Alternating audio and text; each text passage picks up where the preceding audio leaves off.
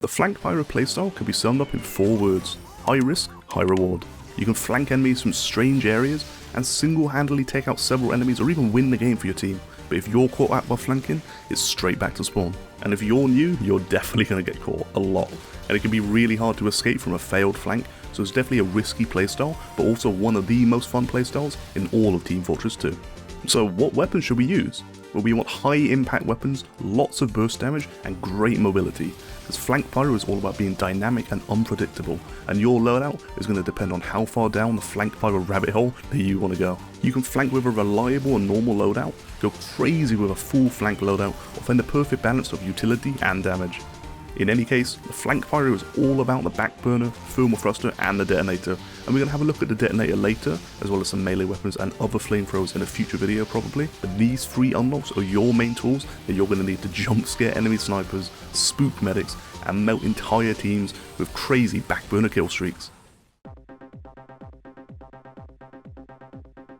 Now for new players who don't use the air blast that much, the Backburner might just look like a straight upgrade. That scary face on the end of the flamethrower magically lets Pyro obliterate enemies with crits if we flame their backs. However, experienced Pyro players know that air blast is Pyro's most useful and most disruptive tool, and it's even more important when you're on the flank and constantly fighting enemies 1v1. You'll need those air blasts to push enemies away or reflect projectiles, but the Backburner only has enough ammo for 4 air blasts, and usually you're only going to get 3 because you already have used some ammo to flame your enemy. On top of this, you're going to need to be extra consistent at reflecting rockets, because you're going to have fewer chances to get it right because of the Backburner's limited ammo supply. This makes the Backburner a little bit of a risky weapon, especially if you're using the Thermal Thruster instead of a shotgun or a flare gun. Sometimes you're going to find that an enemy is just outside of your Backburner's range, you've got no jetpack charges left, and you've got no secondary weapon. In that case, yeah, you can just go ahead and hit your explode bind, right? But sometimes you actually can escape and then come back from a different angle. Now the key to success with the Backburner is to predict where enemies are going to be, flank using a stealthy route, and arrive behind enemies as soon as they get distracted by your teammates. This little tactic gets tons of frags, just don't overuse the flank route or your enemies might start making your life a living hell by focusing you down.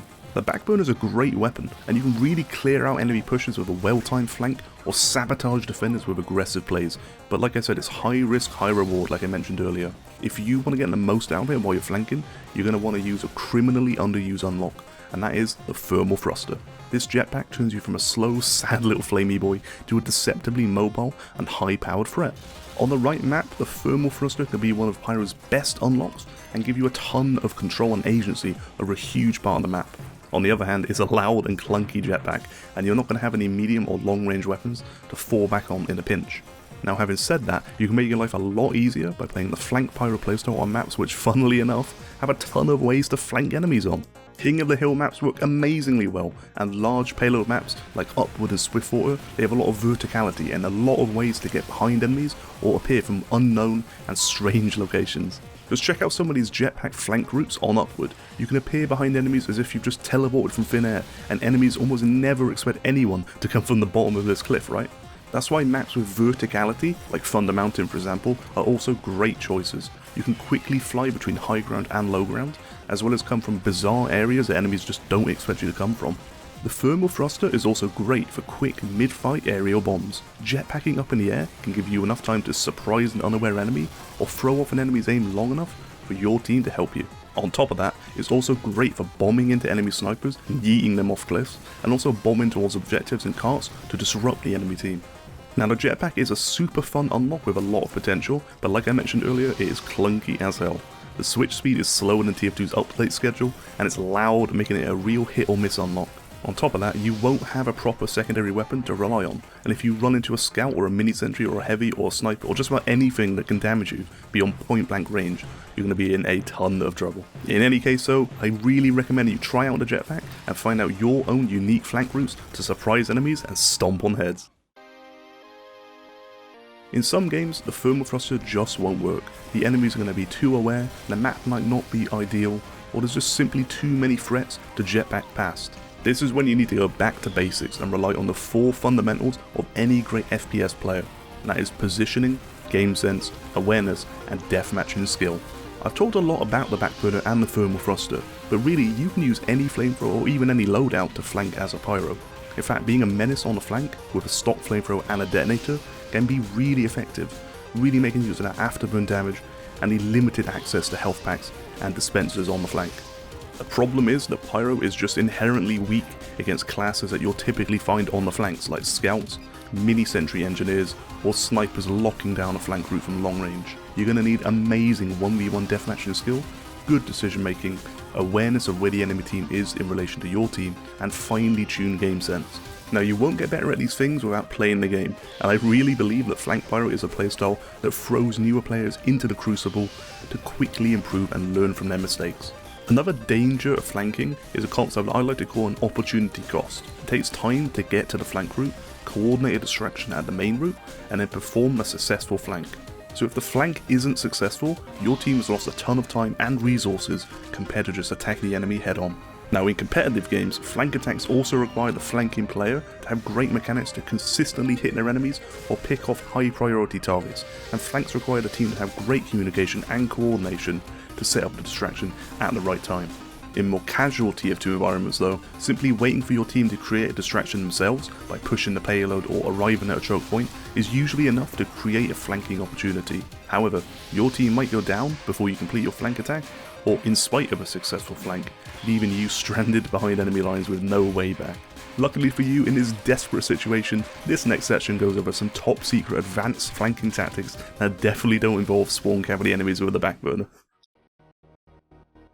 Okay, I lied. Getting stranded behind enemy lines is an amazing excuse for setting up a devastating spawn camp with a backburner and its crits. TF2 players hate getting spawn kills. This is a great way of decimating the enemy team and getting some useful picks. But anyway, this section is more about just spawn camping people, right? So let's break down what flanking actually is and how you can master it too.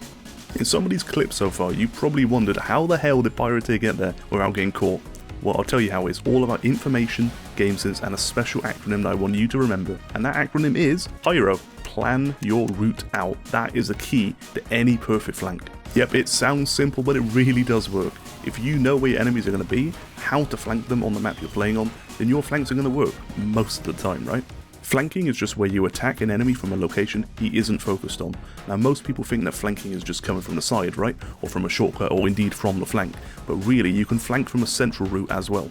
If an enemy isn't focused on a particular route, that route turns into a potential flank opportunity, because that route is outside of the enemy's zone of attention. You can set up flanks by diverting the attention of enemies, and this can be done in several ways: shooting from a different entrance and then flanking from a different route, or distracting an enemy to the point where he's not focused on your specific route. Flanks can be long and complex routes that rely on enemies being unaware or unprepared, or they can be short and dynamic routes that you can use in a close range one-on-one fight. A successful flank is all about diverting the enemy's attention and then surprising them with a quick and powerful attack from outside of their zone of attention.